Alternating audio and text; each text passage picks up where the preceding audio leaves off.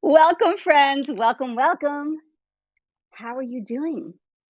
Welcome to Kala in the Kitchen, cocktail version, out of the kitchen, in fact.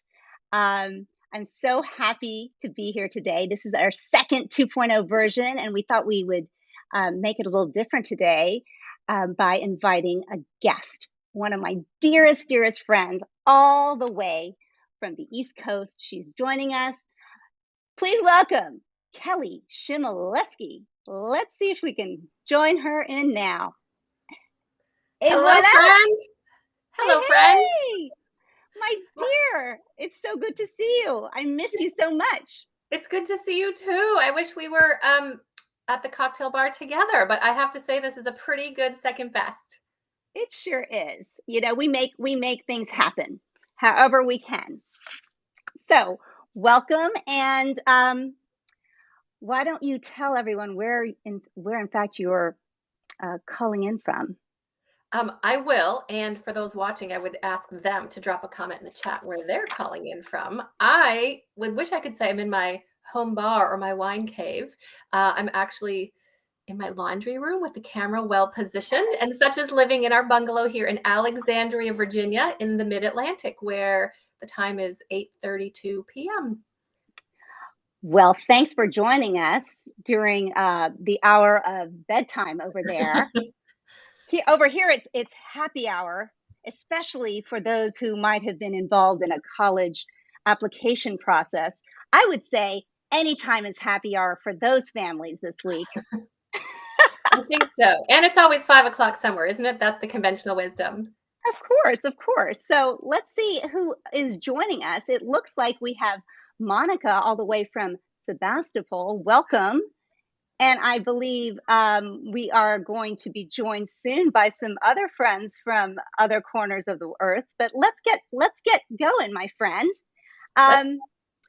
So today we are here to celebrate the holiday kickoff and have a chat about our 30+ year friendship and what makes it not only survive, but indeed thrive.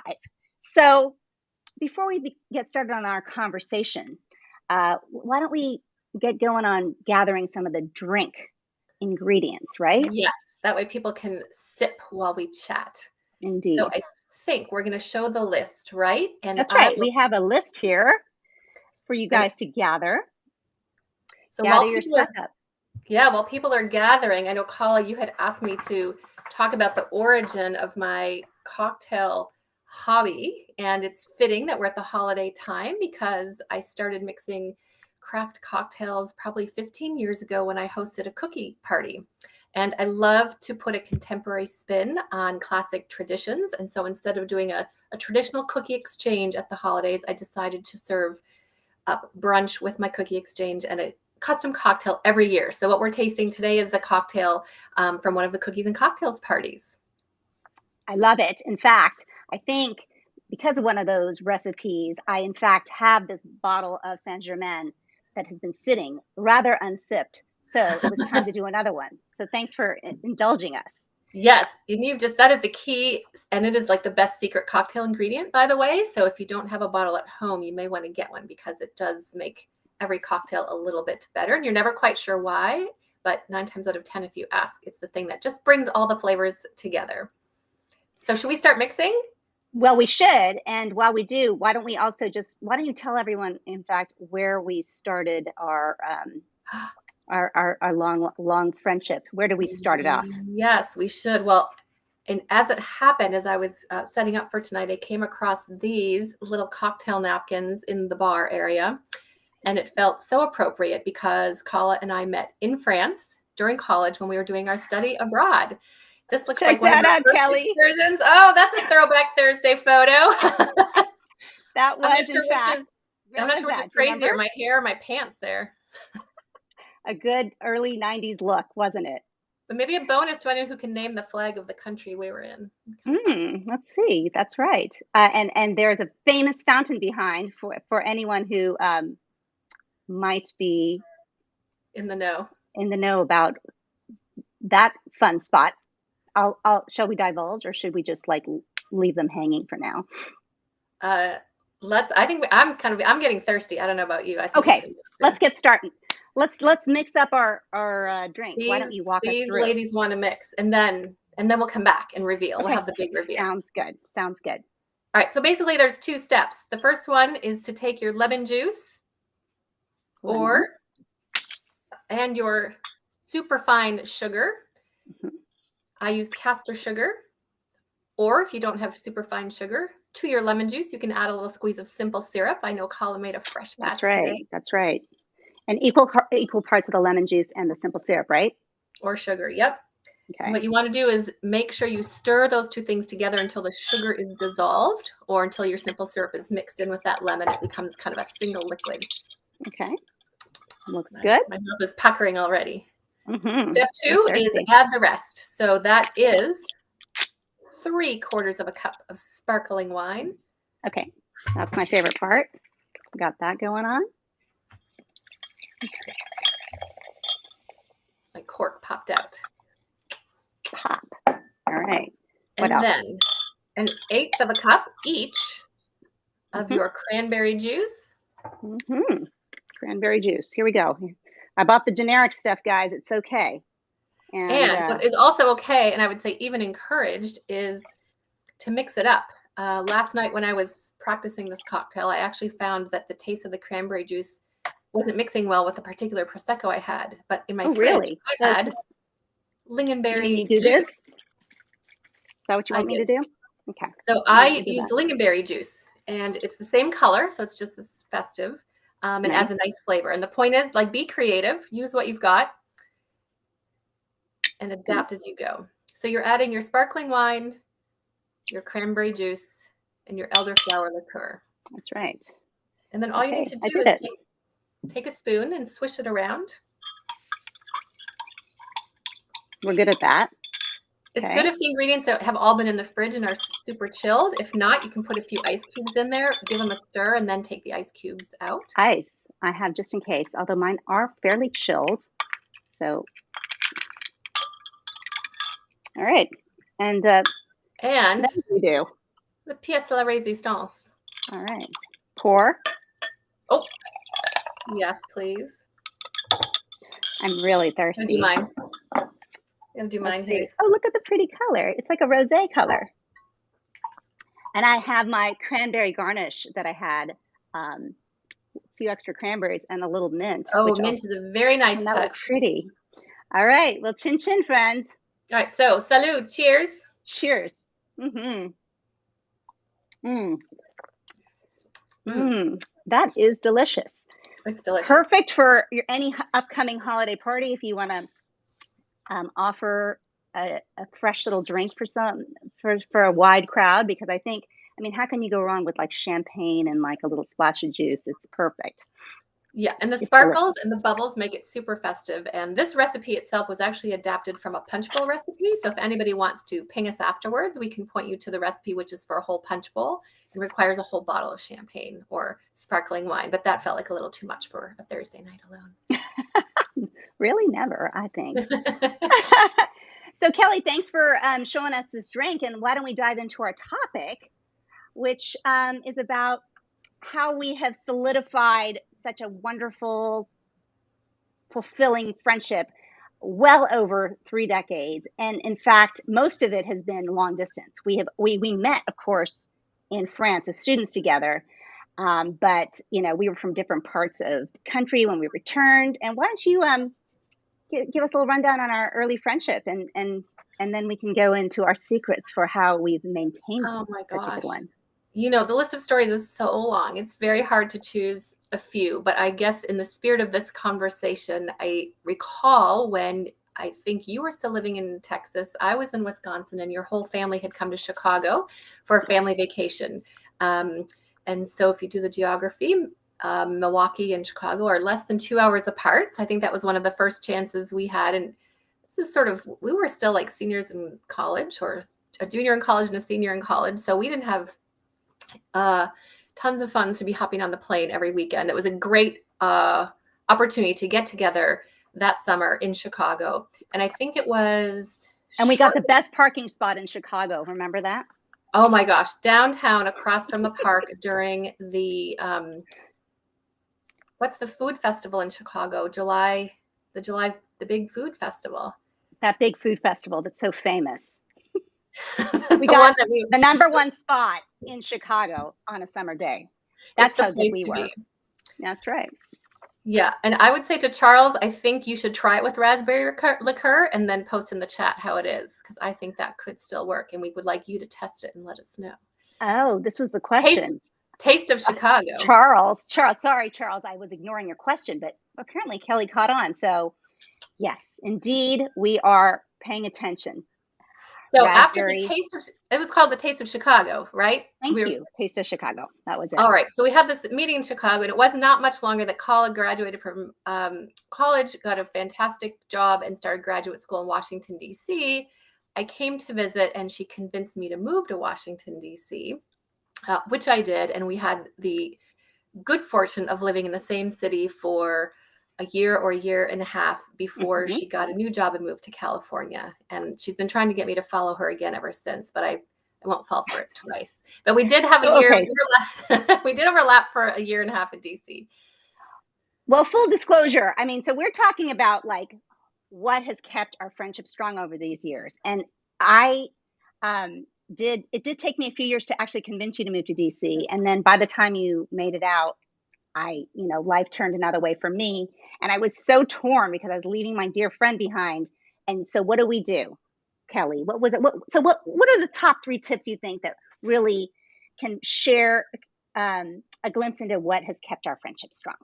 Yeah. So I think it's the moment that you moved to California, and I think, both committed to be very intentional and invest in the friendship despite the distance, not really knowing if this was a year or 5 years or where we would both end up, or we certainly didn't know then where we would be 30 years from now. So I would say being intentional and deciding to put the energy where it's valuable. And when you have a good friend, of course, and thank you for not being so mad at me when I left you, because that was what we did. We intended, we're going to make this friendship work.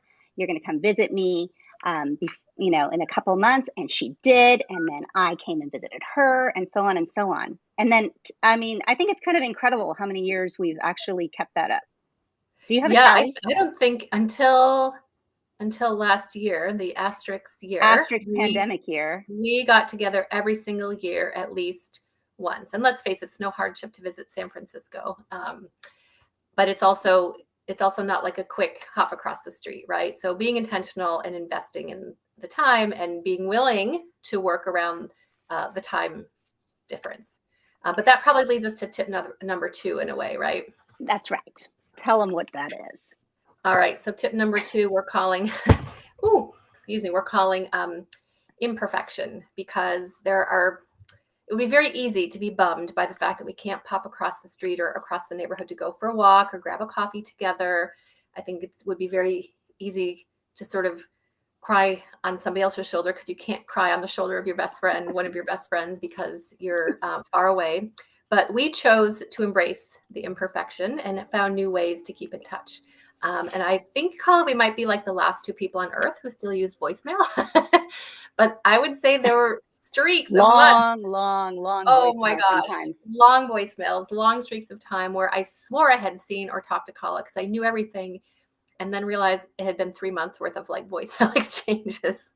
But for me, that kept us in touch, even though it wasn't ideal. It was not perfect, but it really felt like we knew what was going on in each other's lives, so we didn't feel like there was a distance growing.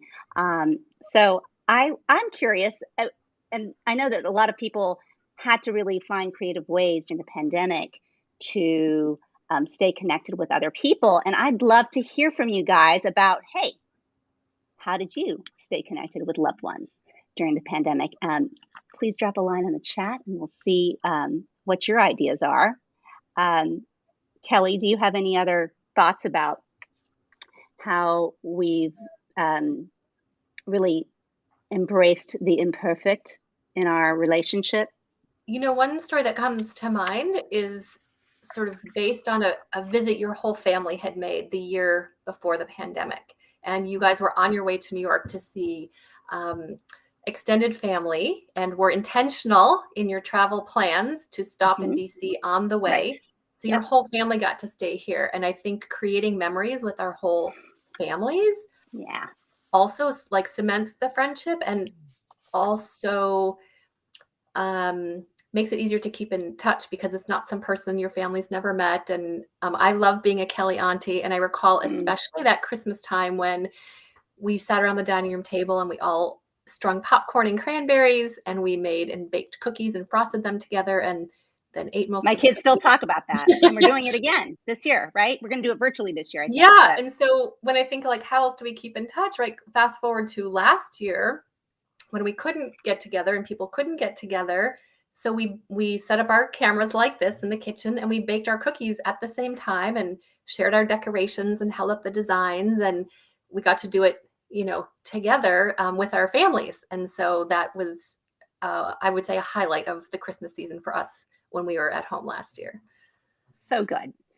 Well, so we've talked about our intentionality, and we talked about, seizing the day and just, imperfection is fine. Um, what about our tip number 3?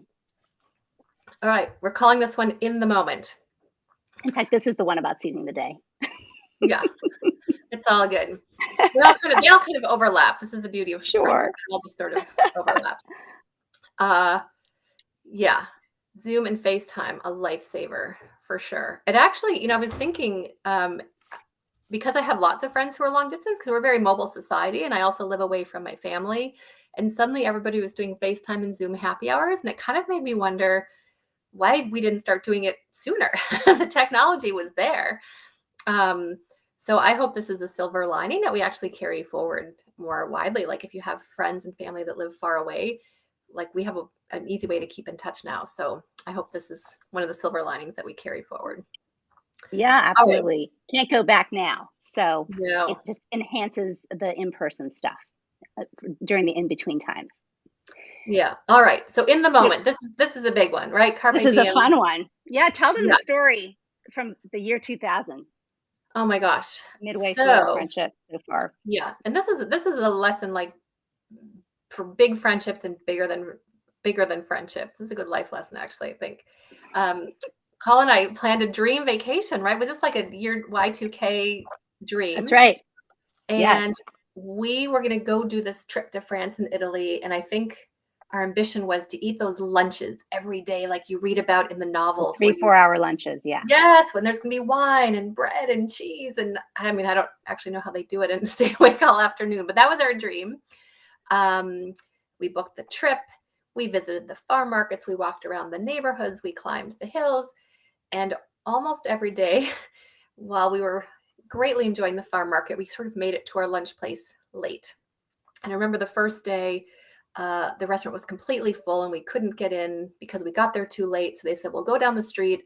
The sister of the chef of this restaurant you really wanted to go to is pretty good. And she's got this little restaurant down the street. So we went. It wasn't crowded. It was cheaper and it was delicious. And we're so glad we ended up there. So we said, okay, we're ready. If we're not on time tomorrow, no big deal. But let's try and be on time because now we know we can't get there late. So the next day we went to this little town called Segure. And you park your car at the bottom of the hill and you walk up the hill and it's this little town that's all pedestrian. We walked to the famous restaurant at the end of the street and we're like, all right, we're here on time today. We got this. And the lady at the door said, do you have a reservation? And we said, reservation? So we were foiled again. We were on time, but we had no reservation. So she turned us away. And we were so bummed because we had spent the morning at the farm market. We had walked up the hill. We're pretty hungry now and kind of really bummed that we didn't get into this restaurant. We're walking down the street trying to figure out our plan because there's not a lot of options at the top of the hill in Segure. And we overheard a guy speaking English. And we thought, well, this guy might have a friendly tip or two for a couple of American tourists. So you remember Gene, of course. Gene. Gene He was from Boston. He had a strong Boston accent. And do you remember what he said to us as we walked by? And we said, hey, do you know of a restaurant we can go to at this hour? Do you remember what he Is that said? when he invited us in to check out the view? He said, excuse me, but I got to interrupt you for a second. You just have to come and check out my view. And 2 young women traveling together were like, sure. He seemed okay. So we went and checked out his view, and then what happened, Kelly? Yeah, he invited us for lunch. So I remember so distinctly thinking, don't talk to strangers. That roast chicken smells really good. Don't talk to strangers. My friend Kala's got my back. Don't talk to strangers. Yes, we'll stay for lunch. And so we did. We had lunch with Jean in this beautiful And old home overlooking like lavender fields and vineyards, by the way. that's right. And then he like left us to go get a haircut, and we made a friend. We ended up meeting in a restaurant later, and that is really truly capturing being in the moment. We just like went for it, and I think even more recently, we had a plane diversion, right? And somehow we were supposed to be landing in New York, and the pilot gets on as we were about to land, and he said, "Sorry, a little change in plans. We cannot land in New York, so we're going to land in Washington Dulles instead." What? Okay, and so we did. We landed in Washington Dulles, and of course, I texted my friend as soon as we landed, and what did she have to say? At 10 p.m., I said, well, you're coming here to spend the night, right? Because, how often do you get diverted from New York to DC? And hey, we can get in an extra visit for the year, right?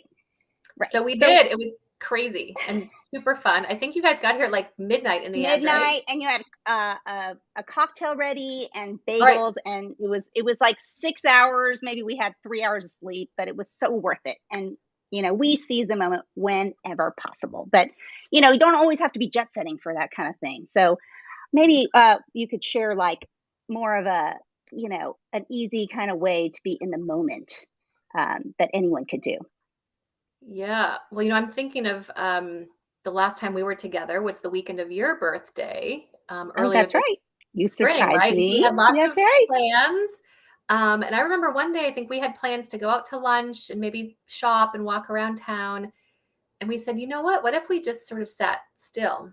And maybe I think we put together like a cheese and charcuterie board with bits and bobs from your fridge. And we That's just right. lingered around the dining room table and we chatted, and it was low key. And I think we like rush so much in our lives to share these moments when you just get to be together is another version of in the moment. It doesn't always have to be like the midnight report Absolutely. run. Absolutely. So don't overlook those opportunities just to be together and enjoy each other's company. And I think like my takeaway is like sometimes things don't go according to plan, or you make a plan and you change your mind, but sometimes that's okay because what happens is better, and you Better create a memory. story. You get a better story. You create a memory to talk to your Right. kids about, to tell your grandkids about, to share with your friends over cocktails at the next party. So, And I would say what we do really well is we just grab those like couple minutes that we have. Sometimes we just text each other. And I want to just like challenge anyone out there today who says, I don't have time to reach out to my friend. Who is a friend that you really felt bad about not reaching out to lately? Please drop a line in the chat. Just like say, just commit right now, saying, I'm going to reach out to this friend today. And that just means a text, or maybe it's a phone call, and see what happens. Because I think that's those are some of the ways that we keep our bond together, going strong, right, Kelly? And I just feel so fortunate to have you and share you with the world here. Oh, my friend. Hello, big world out there watching. I know if the world has with us a single friend who's half as awesome as you are, it's a lucky group of people out there. So feelings well mutual. I think friendship for me, it's all about it's really like a cornerstone for self-care. And when we take care of ourselves, we're better able to take care of others, right? I mean, I really strongly believe that. And so I just think that self-care is kind of the number one thing that we need to do for ourselves so that we can make a little bit more space in our lives so we can give back to others, however that might be. So thank you, Kelly. And I would say, I would love to wrap with a cocktail metaphor, if you don't mind. And that is, please do. That a friendship like ours is like an exceptional cocktail where the whole is greater than the sum of the parts. So you have the right ingredients, which we attempted to outline here a little bit. But in the end, this might be a tall order for a cocktail, but for a friendship like ours, I think it's about comfort nourishment, and it's soul satisfying. So Mm. I'll just say salut to you, my friend. Salut, cheers, chin chin, prost, all that. Thank you so much for being such a great, fantastic friend and soul sister all these years. And I think we know how fortunate we are for our friendship. I think one of the things that we also share in common is that we always think we know how lucky we are being able to travel to visit each other, and we also keep a lot of space in our hearts for people that don't have as much as we do. So, as we're going to feature in every Call in the Kitchen episode, we're going to have one featured cause, and the one that we are featuring this month is the San Francisco Marin Food Bank. During the pandemic, they have really people are suffering, and food insecurity is at an all-time high. If you grab that link, you can donate to our fundraiser that goes through the end of this month. So I hope that you will throw in a few bucks. Every dollar is equivalent to 2 holiday meals. So I hope that you'll be able to support us that way. And just remember, friends, you're all heroes in there. So take care of yourself so you can take good care of others. And I'm going to sign off and thank you again, Kelly. Until next time, you guys take care. Happy holidays, and just do good out there. Ciao. And I'm going Cheers. to cheers, cheers, cheers, Cheers. and see you next time.